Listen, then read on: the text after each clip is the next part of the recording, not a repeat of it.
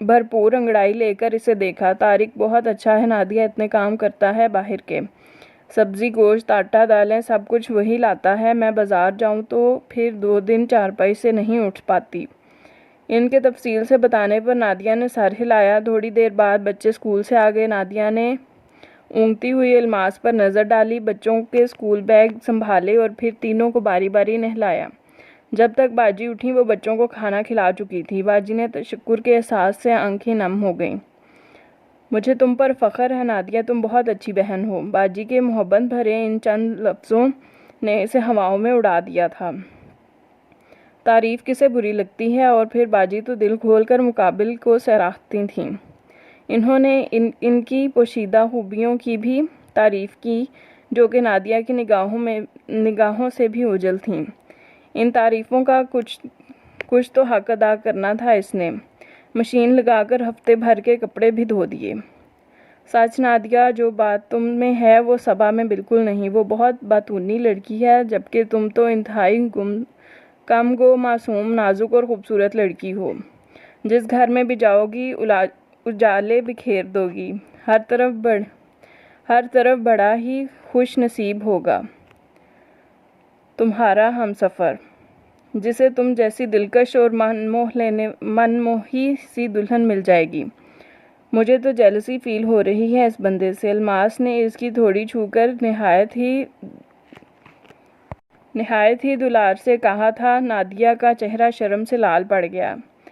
باجی کے الفاظ من میں گھنٹیاں بجانے لگے تھے۔ گھر آ کر اس نے کتنی ہی مرتبہ بغور آئینہ دیکھا تھا۔ اماں اسے آئینے کے سامنے کھڑا دیکھ کر حیران رہ گئیں۔ یہ کیا شکل بدل گئی ہے جو یوں دیدے پھاڑ پھاڑ کر گھوری جا رہی ہے شیشے کو۔ اب بس بھی کرو حسن آرا بیگم۔ اماں آپ بھی نہ۔ اس کے خوابوں کا محل دھڑام سے گرا تھا۔ وہ تو نہ جانے کہاں سے کہاں پہنچ گئی تھی ان چند لمحوں میں۔ اماں نے اسے حقیقت کی تلخ دنیا میں لا پٹکا تھا۔ وہ چڑ کر سامنے سے ہٹ گئی۔ آسمان پر اچانک ہی کالے کالے بادل چھا گئے تھے۔ موسم کے تیور دیکھ کر اس نے سرائیت سے صحن میں بکھری چیزیں سمیٹیں، چوزوں کو ڈربے میں بند کیا، جلدی سے کپڑے اتارے، پھر سبزی لے کر تخت پر بیٹھ گئی۔ نادی، اماں نے اس کے قریب بیٹھتے ہوئے بڑے پیار سے کہا تھا۔ وہ بھی اماں کے بدلے لب و لہجے کو سن کر چونکی۔ کاظم کی اماں آج پھر آئی تھی۔ میں نے سوچنے کے لیے وقت مانگا ہے۔ دیکھ بیٹی، میں تیری ماں ہوں، اچھا ہی سوچوں گی نا تیرے لیے۔ اور پھر لڑکا بہت اچھا ہے، اس کی ماں کو نیک گھرانے کی پیار کرنے والی بچی چاہیے۔ میلاد میں دیکھا تھا انہوں نے تمہیں، بہت پسند آئی ہو تم کاظم کی بہنوں کو، اسی لیے تو انہوں نے دہلیز پکڑ رکھی ہے ہماری، ورنہ کاظم کے لیے رشتوں کی کمی تو نہیں ہے۔ خوبصورت ہے، پڑھا لکھا ہے، اتنی اچھی نوکری ہے اس کی۔ نجف کہہ رہا تھا کہ خالہ اس سے بہتر رشتہ نہیں مل سکے گا ہمیں اپنی نادی کے لیے۔ اماں آپ کو کیا جلدی ہے مجھے اس گھر سے نکالنے کی؟ ان کی پوری بات سن کر وہ غصے سے بولی۔ ماں نے خفگی سے اسے گھورا۔ تیری عقل گھاس چرنے چلی گئی ہے۔ اس نے سبزی کی ٹوکری اٹھائی اور باورچی خانے میں گھس گئی۔ ماں نے اس کے تیور دیکھ کر سر پیٹ لیا۔ اگلے دن وہ صبح ہی باجی کی طرف چلی گئی۔ باجی کے پوچھنے پر اس نے اماں کے ارادے سے آگاہ کر دیا۔ باجی نے تعصب سے سر ہلایا۔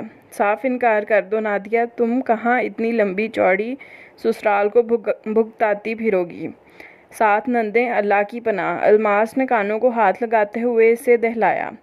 اماں میری بات کہاں مانیں گی؟ وہ آہستگی سے منمنائی اور سلیب پر رکھے ہرا دھنیا نوچنے لگی۔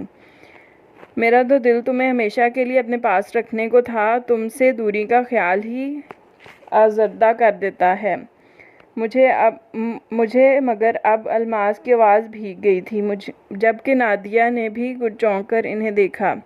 انہوں نے پیاز کاٹ کر آنسو صاف کیے۔ اف، میں کن باتوں میں الجھ گئی ہوں۔ گھڑی کی طرف دیکھ کر انہوں نے ماتھے پر ہاتھ مارا۔ دیچ کی چولہے پر چڑھا کر کیبنٹ کھولا تو چاولوں کا ڈبہ خالی نظر آیا اور کوکنگ آئل بھی تقریباً ختم تھا۔ الماس کی پریشانی 2 چند ہو گئی۔ یہ طاری نہ جانے کہاں نکل گیا ہے۔ اب میں کسے بھیجوں مارکیٹ؟ جھنجھلاتے ہوئے الماس نے دیج کی چولہے سے اتار کر سلیب پر پٹکی۔ میں اپنے گھر سے لا دیتی ہوں تیل۔ نادیہ نے فوراً اپنی خدمات پیش کی۔ الماس کو اس پر ٹوٹ کر پیار آ گیا تھا۔ تم اتنی گرمی میں؟ الماس نے جان بوجھ کر بات ادھوری چھوڑ دی۔ نادیہ بیرونی دروازے تک پہنچ گئی تھی۔ الماس نے کھڑکی میں سے ہانک لگائی۔ تھوڑے سے چاول بھی لیتی آنا، کرن کے لیے کھچڑی بنا دوں گی۔ جی اچھا، وہ بھی بلند آواز میں چلائی تھی۔ الماس مطمئن ہو گئی۔ گیٹ پر کھڑی گاڑی کو دیکھ کر اس کا برا سا منہ بنا تھا۔ تن فن کرتی اندر آئی تو ماں سے سامنا ہو گیا۔ وہ شاید اسے ہی بلانے آ رہی تھیں۔ حلیہ درست کر کے اندر آؤ۔ خشمگین نظروں سے اسے گھورتے ہوئے وہ پلٹ گئیں۔ اس نے اماں کے بیٹھک میں جانے کے بعد اطمینان کا سانس لیا اور پھر اسٹور میں گھس گئی۔ چاول نکال کر اس نے اسٹور کو تالا لگا دیا اور کچن میں آ کر کوکنگ آئل پیالے میں نکالا۔ دروازے میں کھڑی اماں اس کی ساری کارروائی دیکھ چکی تھیں۔ جوں ہی وہ پلٹی، اماں کو دیکھ کر رنگ فک ہو گیا تھا اس کا۔ وہ اماں میں نادیہ ہکا بکا رہ گئی تھی۔ اماں کے پیچھے اور بھی چہرے نمودار ہوئے۔ اس نے بمشکل پھنسی پھنسی آواز میں سلام کیا۔ اسی پل حسن دوڑتا ہوا آ گیا تھا۔ خالہ لے بھی آئیں چاول، امی انتظار کر رہی ہیں۔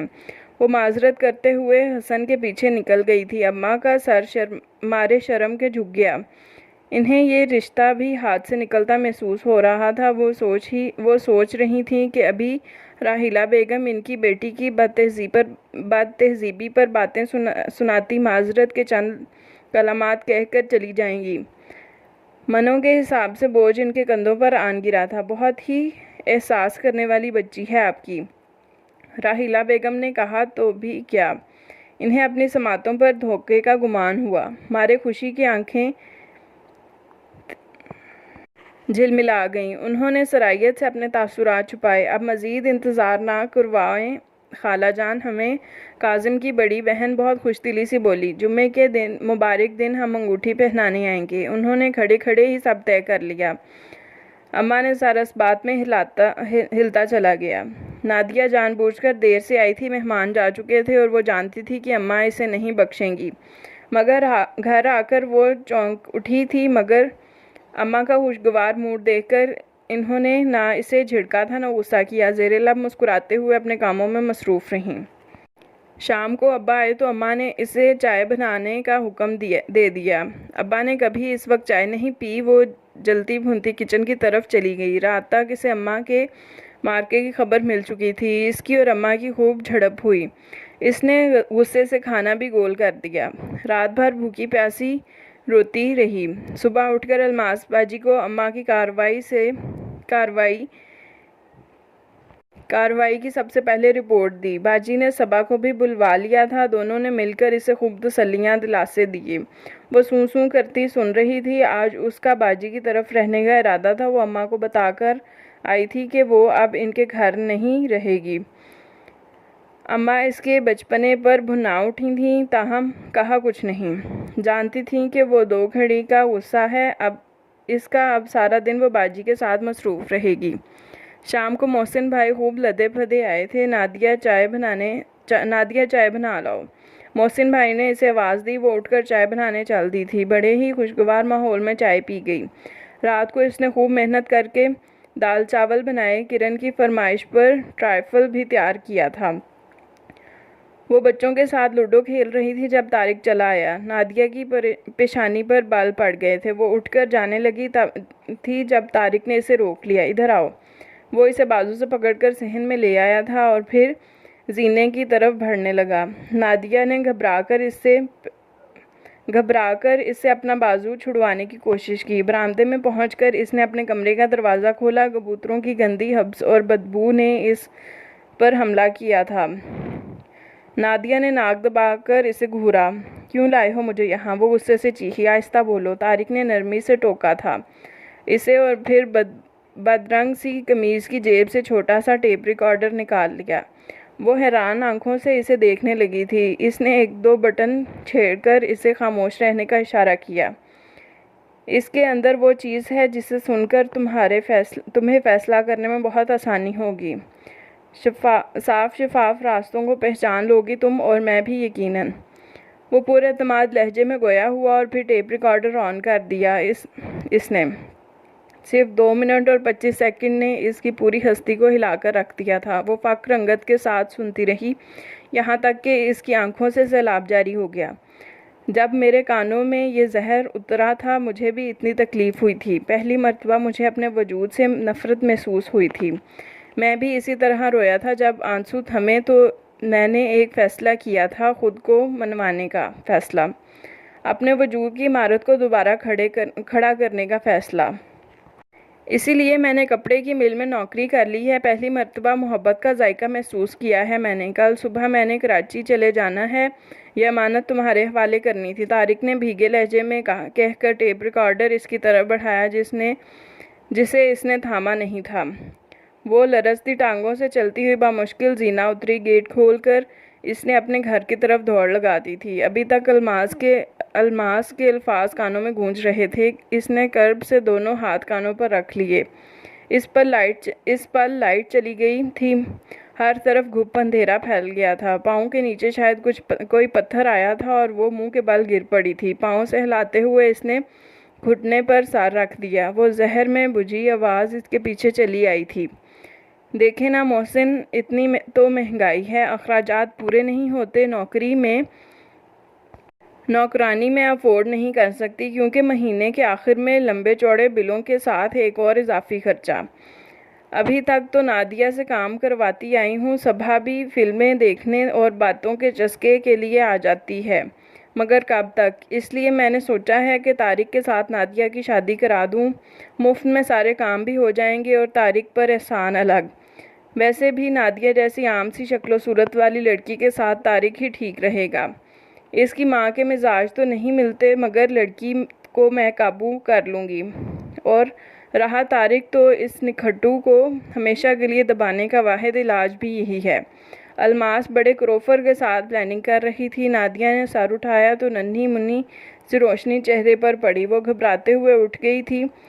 دوپٹے سے چہرہ صاف کر کے اس نے اپنی طرف بڑھتے ہوئے ہیولے کو بغور دیکھا۔ وہ پہچان چکی تھی کہ ٹارچ ہاتھ میں پکڑے بے قراری سے اس کی طرف آنے والا کون ہے۔ وہ دوڑتے ہوئے ماں کے سینے سے جا لگی۔ میری بچی، میں تجھے لینے کے لیے آ رہی تھی۔ اندھیرے میں کیوں نکلی، اور وہ بھی اکیلے؟ یہ الماس بھی نا؟ وہ اس کے سر منہ چومتے ہوئے مسلسل بول رہی تھیں، جبکہ اس نے ماں کے ساتھ چلتے ہوئے چپکے سے سوچا، کہاں ہے اماں اندھیرا؟ میں تو روشنی میں آئی ہی اب ہوں۔ دیکھو تو ہر طرف اجالا ہی اجالا ہے، اندھیرے تو پیچھے رہ گئے ہیں عاقبتانہ اندیشوں کے پاس۔ ختم شد۔